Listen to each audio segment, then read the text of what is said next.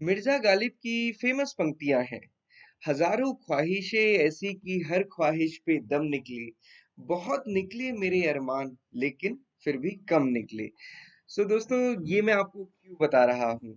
हम एग्जाम की प्रिपरेशन करते हैं, हजारों क्वेश्चंस हमारे मन में आते हैं।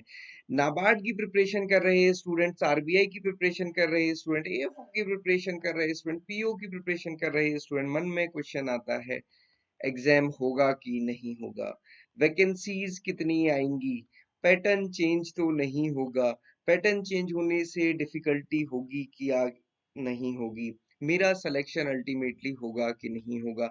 और ये ऐसी व्यथाएं हो जाती हैं मन की, जो बहुत हम कह सकते हैं कि डरा के रख देती हैं। बट दोस्तों, इतने सारे क्वेश्चंस का सिर्फ एक ही आंसर है। अगर आपको गवर्नमेंट एग्जामिनेशन की प्रिपरेशन करनी है तो बस आप प्रिपरेशन करिए, कॉम्पिटिटिव एग्जामिनेशन को टारगेट कीजिए। क्वांट्स, रीजनिंग, इंग्लिश का डर मत बनाइए, उनको दोस्त बना लीजिए, फिर चाहे कोई भी एग्जामिनेशन होगा आपका जरूर क्रैक होगा। क्योंकि बहुत सारे टेलीग्राम में मैसेजेस यही आ रहे हैं, तो मैंने सोचा उसी से शुरुआत की जाए, क्योंकि आगे हम काम की बात करेंगे। और आज हम डिस्कस करने वाले हैं नाबार्ड 2024 के लिए कौन से ऐसे 5 पॉइंट्स हैं जिससे आप अपने जो क्वालिफाइंग सब्जेक्ट्स हैं, क्वालिफाइंग सब्जेक्ट्स में क्या है, quants, reasoning, English, decision making और कंप्यूटर अवेयरनेस। अब आप देखिए ये सब्जेक्ट कौन से हैं जो लगभग सारे एग्जामिनेशंस में आते हैं except for decision making. Okay, otherwise आप सीआई के एजीएम में देखेंगे तो वहां भी एथिक्स पूछा जाता है। क्वांट्स है, रीजनिंग है, इंग्लिश है और कंप्यूटर। आईबीपीएस, पीओ हो, आरआरबी एग्जामिनेशन हो, कोई भी एग्जामिनेशन हो, क्वांट्स, रीजनिंग, इंग्लिश हर जगह मिलेगा ही। दोस्तों, ये एक फिर ऐसी बात हो जाती है जहां पे हमें ये समझना है कि बस इस सब्जेक्ट में क्या, इस एग्जामिनेशन में क्या पूछा जाएगा और कैसे मैं इस एग्जाम के लिए स्ट्रेटेजाइज कर सकता हूँ। माइंड में क्या रहना चाहिए, क्वांट्स, रीजनिंग, इंग्लिश तो मुझे ऐसे प्रिपेयर करनी है कि कोई भी क्वेश्चन मेरे से छूटे ना, मतलब मैं किसी भी पढ़ाने वाले से बेहतर पढ़ा सकूं।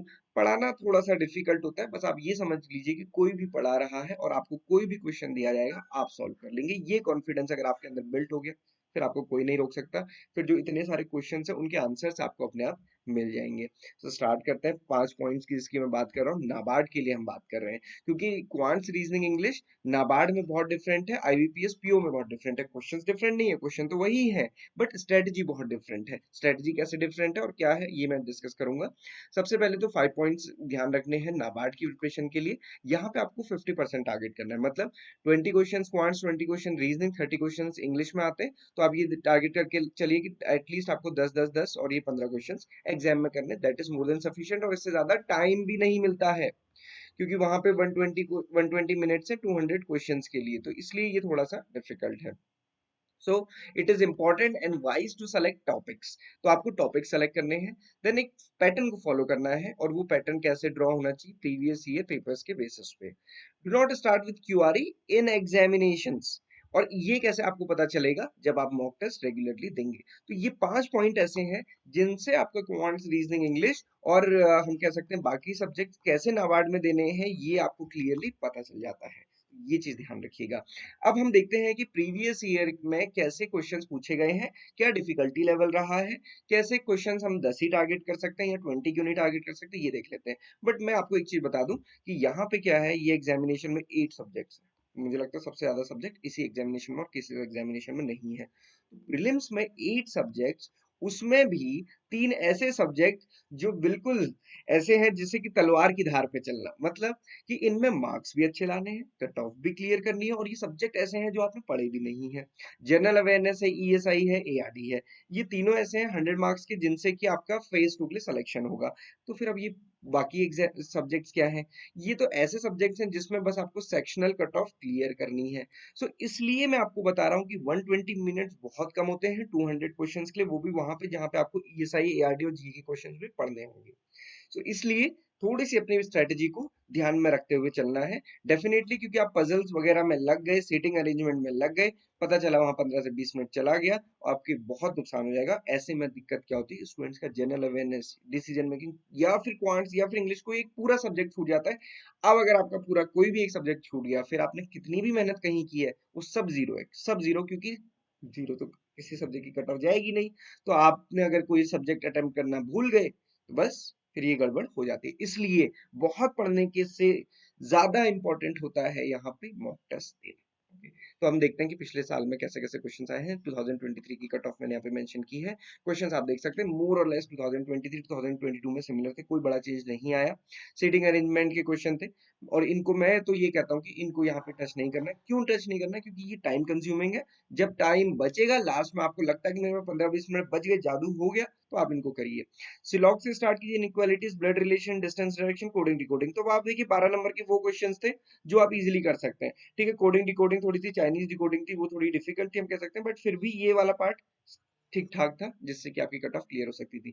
2022 में शायद 3.5 कट ऑफ गई थी और ये इजी टू मॉडरेट था।